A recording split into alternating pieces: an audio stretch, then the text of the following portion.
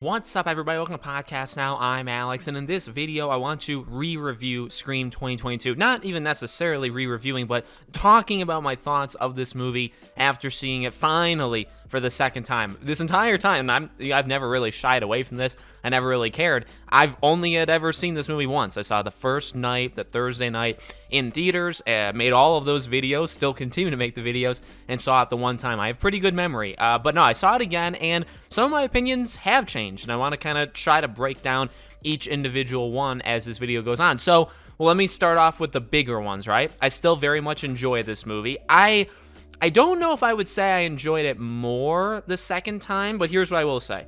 And I said this on Twitter as well. My favorite moments in this film are incredibly good. In fact, I would say when I was enjoying this film at home, watching it, I liked it probably more than the theater. I would say that. Like, even knowing what's happening, looking at the smaller details, stuff like that, I enjoyed the best moments more than I did the first time. And some of the moments in this movie are some of the best in the franchise. I truly believe that. Now, there's, of course, always going to be specific things, like the ending of Scream 3, the whole Roman v. Sidney fight will always be, like, awesome. I really do like Scream 4, several parts of Scream 4. Scream 1, obviously, you can't really ever top it. I have my favorite moments in every single one of these movies. I really do. So, again, I guess to not over-exaggerate, but I really, like, the opening phone call with Jenna Ortega, right, Tara, I mean, phenomenal. So good. Maybe I did like that more, this time than the first time. So the big moments, or the best moments, not necessarily even the best moments of this movie really shine. I would say this, though, and I said this again on Twitter, when they drop the ball, it is dropped very hard, and I would say I least enjoy it, the least of all of these movies. Like, really, I don't want to throw around the words bad and stuff, but you know what? I don't want to self-censor, and because I know some people would get, like, how can you say it's bad, all this stuff. I'm not really saying that, right? Also, you have to remember, all this stuff comes from, like, a really hardcore fan. I'm gonna be more picky. I'm gonna be more, just on this movie more than most people would. You have to just remember that about me, and remember that about a lot of the Screen content creators. But things like how they use character, and by the way, I actually don't think any of the stuff that I have criticized in this movie is all that controversial. The way they use characters was maybe abysmal.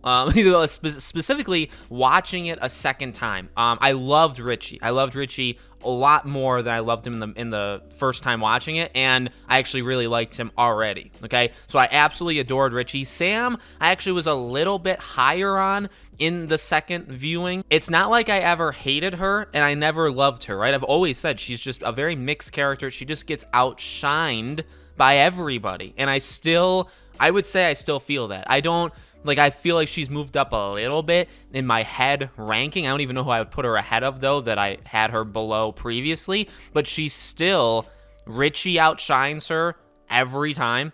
Tara outshines her every time. Dewey outshines her every time.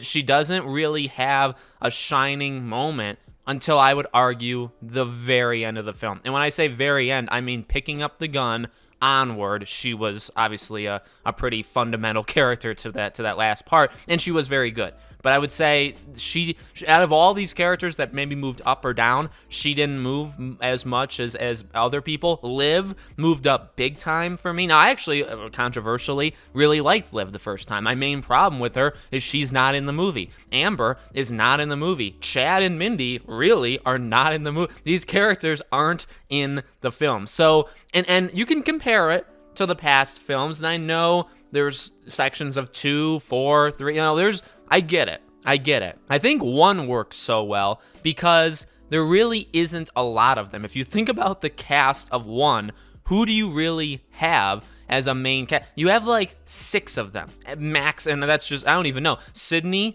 Gail, Dewey, then you have Stu, Billy, Tatum, Randy. So 7. You have really 7 main characters in that film. That's it. In this movie, you have what, 13, 14? So you have almost double how many and maybe that's why 1 works so well, whereas this one, in terms of character placement, doesn't exactly work, because again, I actually loved Liv. In fact, I may make a video specifically on Liv. She's really good in every moment she's in. She's funny in the terms of like, remember how she likes the stab ape, which was obviously, The Last Jedi, and Mindy says, well, of course, that's because you have bad taste. Like, that's, to me, that's a funny scene. I like that scene.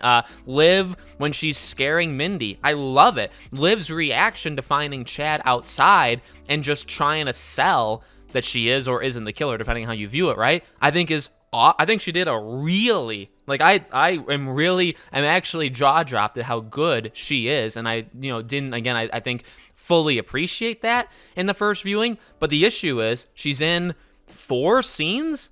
Is that as many as she's not in the film. Amber, you forget about her, you know what I mean? She's in it, and then she disappears for such a long. She's not even like, even in the when Mindy's explaining the requel, she's the least showed off character. You forget she's actually even there for most of that scene, and then after that scene, you don't see her again until the party. Now it's because she's Ghostface, yeah, but like, that's a huge problem. And I guess the counter to that would be, well, they put a lot on Sam, Richie, Tara, then there was like Dewey. Yeah, but like, again, like, Richie sold it. I loved him. But like, Sam didn't as much. And Tara, she's awesome, but even Tara's not in it as much as I actually thought she was in it. Again, for like the first, I was like, oh, she's actually in it a pretty good amount. I thought she wouldn't be in it at all. And then the second time watching, I was like, oh, she's actually not in that many scenes, but she kills it in every scene she's in. The Dewey thing will always be the Dewey thing. I will say it is always going to be in the back of my head where it's like, you shot in the chest and then you walk away and then you come back and you have to position yourself, on the X for that perfect shot. You have to stand there, raise your gun, and then you get distracted by the phone. Again, I get the phone call. I'm actually fine with him being distracted by the phone call. It's everything else that happens right before it. Him going to the elevator to come back, him not doing the headshot immediately, I don't know, him just being very slow about the entire thing, like all of that stuff. Him not taking anybody else with him, them not just staying there and waiting for him to kill, and then they can leave in the elevator, right? Like, so, like, that's the stuff I'll never get. I'll never actually accept that stuff, rather than the actual distraction. But Dewey actually also did stand out too. David Arquette killed every single scene he was in it. He was awesome. Gale, Sidney, I appreciated, I've had this talk. We've made the video specifically on, I believe, both Gale and Sidney, in terms of like, where they wasted, where they used the wrong way. I actually kind of like, I think I like them more this time than the first time. They just, I don't know, they came across a little bit stronger to me. I never agreed with the idea that like Nev phoned it in with Sidney, in terms of like the acting performance. I think she was really good. The phone calls were phenomenal. Like, just hearing Roger's voice, right, is really good. I mean, it's tough. It's tough to even like convey it, but the easiest way is, again, the way I kind of said in the beginning. The best moments were really good. The characters and the moments that I liked the first time, I honestly feel I liked more the second time. The phone calls, some of the humor, I think, was like better, weirdly enough, the second time. The characters, I think, Tara, I said this before, right? Tara's my favorite character. Tara's, in my opinion, the best character in that movie. In terms of just character, performance-wise, she's also probably the best in terms of like acting talent. Again, maybe not necessarily usage, but all of that stuff. So I don't necessarily think she moved up because there's nowhere really for her to go. But again, other characters that I overall enjoyed, I think most of them, Richie moved up, Liv moved up, Wes, I like and I want to like more, but again, it's just he's not in it enough to do that. I know the only person I really didn't talk about was Amber. She's tough. I do think I like her more. There is the argument that can be made that she's very like one-dimensional and she's just always depressingly sad throughout the entire movie until she obviously flips the script at the end. And I agree with that, but I actually don't.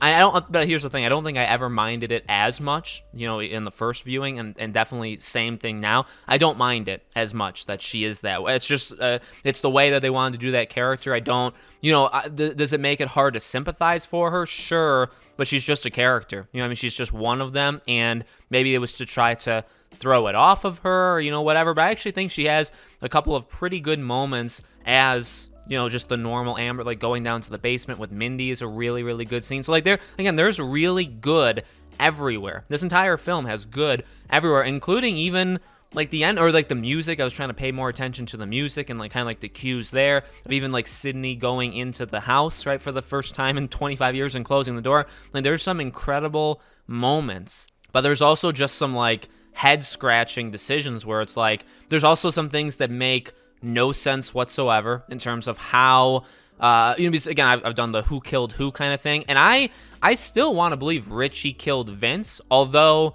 it does make more sense for Amber. But you have to remember deleted scenes, right? Because like Amber, and then it's confirmed in the movie, like Amber was with the rest of them being interrogated by Judy. But when did that happen? And when did Vince, you know what I mean? Like Vince died, and then there's a deleted scene of Judy talking to Dewey, but then like Sam tells Dewey in his trailer that Vince died, or they're talking about Vince in general. So like the timing is all over the place. The day night thing is very annoying. They leave Judy and Wes's house during broad daylight, and then they're racing down the road to get to the hospital in the middle of the night. Also, the first time, like when Ghostface turns on his thing to talk, his voice adapter, and he talks, or Amber, I guess, talking, right? And Sam's buying time. The first time you see Sam, and when she's like, "Oh, it's Richie," and then it's Ghostface, they're still driving, and then that phone call is maybe a minute long max, and in that minute, while they were still driving, they just showed they were still driving. They made it to the hospital, got out, rode the elevator up, and made it in time. So like things like that. Now I get it, like it's a horror movie and things sometimes just have to happen. But as I've said, these movies are supposed to be better than that. That's actually why I like these movies more. They're not stupid. They're not. These things should have a reason to happen. And when you have a character that's very neck like stab heavy, but they only do it once, right? Like it's very quick. Wes, Vince, and you think it's supposed to be Richie, but then it's like, well, how in God's name did Richie kill Vince? Well, that's probably Amber. Well, then how is it even possible that Amber did that? And again, that's not her style whatsoever to do that. So who actually killed Vince? I don't know. The movie doesn't do. And then when you hear behind the scenes where it's like the directors don't even know, it's like, well, only the writers know, but do the writers actually know? I don't actually think they do. I think there's actually some that they don't even know, which is kind of annoying to me, because like you should be able to figure it out. And if you're questioning it as badly as I do, again, I'm a rare example. I'm not saying everybody's like, they can't sleep at night because they're trying to figure out who killed Vince, who was in it for 10 seconds, right? Not everybody's like me, but I would have liked that. Okay, so the best moments really are the best, and then the worst moments are pretty head scratching of why did you do it like that. I just don't think Sam, I really don't think Sam is a character that can lead the franchise in the current state that she was through the majority of Scream 5. Now, again, as we've said, changing her character up a bit where she's going to be struggling with Billy, like that could be a real, if you don't do that, I think that's probably the only way to really like make her character something really special, because otherwise she's just going to get outshined again by probably everybody else, except for Chad is very, I think out of all of them, Chad, I don't know where I ranked him, but he should be very low. He's not, like, he doesn't do anything throughout the entire movie to, like, say that you like any quality about him. He loves Liv so much, and yet he accuses, he's not 100% sure she's Ghostface. It's like, are you out of your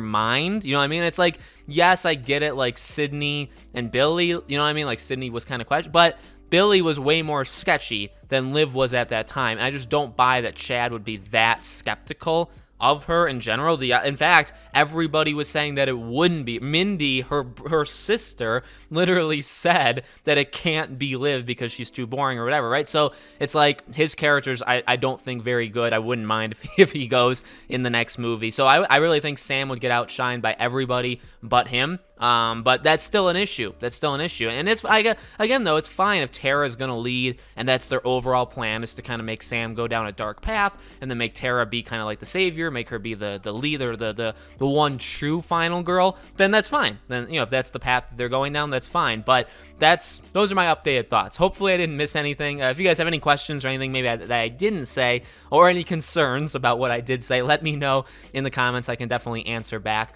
Make sure you're all subscribed to the channel, bell icon turned on. If you want to follow me anywhere else, all my social media is in the description below. Thank you all for watching. I hope to see you guys on the next video.